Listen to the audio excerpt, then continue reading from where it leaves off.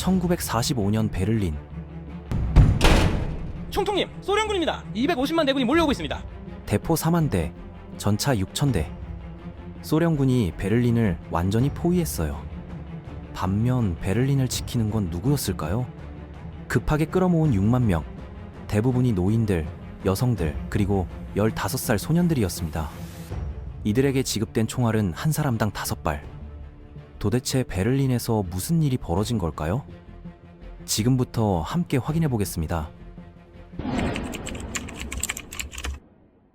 1945년 4월의 어느 날 총통 벙커 깊숙한 곳에서 분노에 찬 목소리가 울려 퍼졌습니다. 아돌프 히틀러가 자신의 참모들을 향해 고함을 치고 있었죠. 독일 국민들이 충분히 싸우지 않았다며 경로했고 모든 책임을 그들에게 돌리고 있었습니다. 그런데 이때 한 명의 용감한 장교가 나섰습니다. 뛰어난 조종사이자 히틀러의 측근이었던 한스 바우어 중장이었죠. 그는 총통에게 탈출을 권했습니다. 남미나 중동 어디든 안전한 곳으로 피해 여생을 조용히 보내자고 제안했어요. 하지만 히틀러의 대답은 단호했습니다. 그는 베를린과 함께 최후를 맞이하겠다고 선언했죠. 그런데 정작 베를린 시민들이 두려워한 것은 서방 연합국의 폭격이 아니었습니다. 동쪽에서 다가오는 소비에트 연방의 붉은 군대였어요. 방공호 벽면에는 빨리 러시아어를 배우라는 낙서가 새겨져 있을 정도였습니다. 시민들은 밤마다 포성이 더 가까워지는 것을 느꼈고 공포 속에서 하루하루를 버텼습니다. 식료품은 턱없이 부족했고 배급은 줄어들기만 했어요. 거리 곳곳에는 폭격으로 무너진 건물에 잔해가 쌓여 있었고 전기와 가스 공급도 불안정했습니다. 요제프 괴벨스의 선전 덕분에 모든 베를리너들은 소련군의 진격이 임박했다는 사실을 알고 있었습니다. 아르덴 반격 작전 이후 잠시 희망을 품었던 시민들도 있었지만 현실을 직시하는 군 지휘관들은 달랐죠. 참모총장 하인츠 구데리안과 동부전선 정보국장 라인하르트 갈렌 같은 인물들은 독일군보다 훨씬 우세한 병력을 가진 소련군의 대공세가 곧 시작될 것임을 정확히 파악하고 있었습니다. 이들은 서부전선의 병력을 동쪽으로 급히 이동시켜야 한다고 주장했어요. 하지만 구데리안의 경고는 철저히 무시당했고 그는 결국 해임되어 버렸습니다. 문제는 히틀러와 하인리히 힐러가 이런 정보를 믿지 않았다는 점입니다. 오히려 소련의 공세 준비는 허세에 불과하다며 일축했죠. 결과는 참담했습니다. 2월 13일 소련군이 부다페스트를 완전히 점령했고 독일군의 정예 기갑부대는 무의미한 공격으로 소모되어 버렸어요. 한편 동쪽 전선에는 역사상 최대 규모의 침공군이 집결하고 있었습니다. 발트해에서 아드리아해까지 펼쳐진 전선에 소련군 670만 명이 배치되어 있었거든요. 이는 1941년 독일이 소련을 침공할 때 투입한 병력의 2배가 넘는 규모였습니다. 베를린 공격에만 250만 명의 병력과 41,600문의 포와 박격포, 6,250대의 전차가 동원되었어요. 반면 독일군은 고작 100만 명의 병력과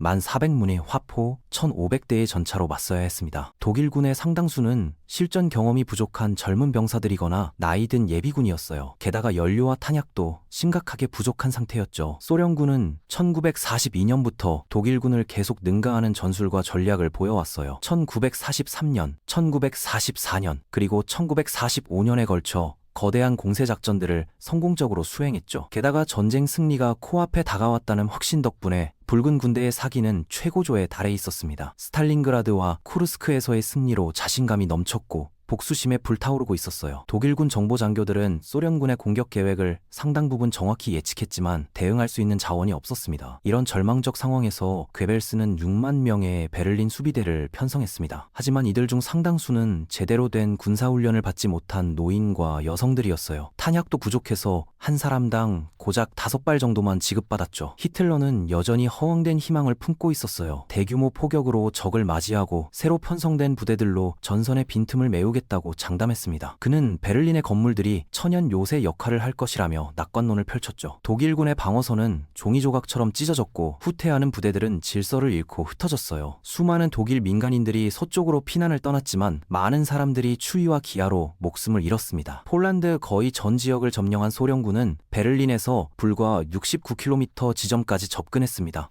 그런데 이때 소련의 명장 게오르기 주코프가 잠시 공세를 중단했어요. 제1 벨로루시 전성군 사령관이었던 주코프는 포메라니아에서 독일군의 측면 반격을 격퇴해야 했거든요. 4월 중순까지 세계 소련 전성군이 베를린 공격 준비를 완료했습니다. 제1 이 벨로루시 전성군과 제1 우크라이나 전성군이 총 250만 병력을 직결시켰어요. 소련의 목적은 단순히 베를린 점령이 아니었습니다. 서방 연합군보다 먼저 독일 수도를 손에 넣어 전후 협상에서 유리한 위치를 차지하려는 전략적 계산이 있었거든요. 스탈린은 처칠과 루스벨트에게 베를린은 소련의 몫이라고 선언한 상태였어요. 주코프, 코네프, 로코소프스키 같은 소련의 명장들은 각자 베를린 입성의 영광을 차지하려고 경쟁했습니다. 스탈린은 의도적으로 이런 경쟁을 부추겨 공세의 속도를 높이려 했죠. 4월 16일 젤로우 고지 전투가 시작되면서 더 큰 베를린 공세의 서막이 올랐습니다. 거의 100만 명의 소련군과 2만여 대의 전차, 화포가 10만 명의 독일군과 1200대의 전차, 화포에 맞서 베를린의 관문으로 밀려 들어갔어요. 전투는 4일간 지속되었습니다. 주코프의 부대가 3만 명의 손실을 치르고 돌파에 성공했을 때 독일군 손실은 1만 2천 명 정도였어요. 4월 20일은 히틀러의 생일이었습니다. 소련군은 이날을 기념해 베를린을 완전히 포위하고 집중 포격을 가했어요. 히틀러는 생일 축하연도 제대로 치르지 못했고 대부분의 나치 고위층들이 베를린을 떠나기 시작했어요. 괴벨스와 몇몇 광신도들만이 끝까지 총통 곁에 남아 있었습니다. 4월 25일 소련군이 마침내 베를린 시내로 진입했을 때도 독일군은 포기하지 않았습니다. 스탈린그라드에서와 마찬가지로 시가전이 시작되었어요. 독일군은 아파트 옥상과 건물 곳곳에 기관총과 저격수, 대전차 무기를 배치했습니다. 소련 전차들이 좁은 도로에 갇혀 움직이지 못하게 되자 소련군은 대공포를 사용해 옥상의 독일군을 공격했어요. 화염방사기와 수류탄으로 가장 완강한 저항 거점들을 하나씩 제거해 나갔죠. 지하철 터널에서도 치열한 전투가 벌어졌고 하수도를 통해 이동하는 양측 병사들의 적전이 계속되었어요. 베를린의 넓은 대로들은 포탄 구멍과 파편으로 가득했고 건물들은 하나씩 무너져 갔습니다. 그런데 베를린 전투는 스탈린그라드와는 달랐습니다. 집집마다 벌어지는 소모전보다는 자주포로 건물 자체를 파괴하는 방식이 더 많이 사용되었거든요. 소련군이 사방에서 동시에 진입했기 때문에 교외 전 지역에서 동시다발적으로 전투가 벌어졌어요. 독일군은 상징적인 의미를 지닌 국회의사당 근처에서 치열하게 저항했습니다. 이곳은 나치가 권력을 장악하기 위해 파괴했던 역사적인 민주주의 상징물이었거든요. 제1, 제2 벨로루시군이 시내 중심부에서 교전을 계속하는 동안 제1 우크라이나 전선군 사령관 코네프는 일부 병력을 철수시켰습니다. 독일 제9군이 제12군과 합류해 베를린을 구원하려는 시도를 차단하기 위해서였어요. 4월 30일 소련군은 마침내 국회의사당을 향해 본격적인 공격을 시작했습니다. 참호와 터널, 해자로 둘러싸인 국회의사당 주변에서 치열한 전투가 벌어졌습니다. 5월 2일 베를린이 완전히 항복했습니다. 30만 명이던 독일 방어군 중 약 1만 정도만이 살아남았어요. 베를린 방어 지역 최후의 사령관이었던 헬무트 바이들링 장군은 상황이 절망적임을 인정하고 항복을 선호한다고 선언했습니다. 요제프 괴벨스만이 끝까지 반대했지만 그의 저항도 오래가지 못했어요. 다음날 괴벨스는 가족과 함께 목숨을 끊었고 히틀러 역시 이미 자살한 상태였습니다. 수많은 베를린 시민들이 폐허가 된 도시에서 새로운 삶을 준비해야 했어요.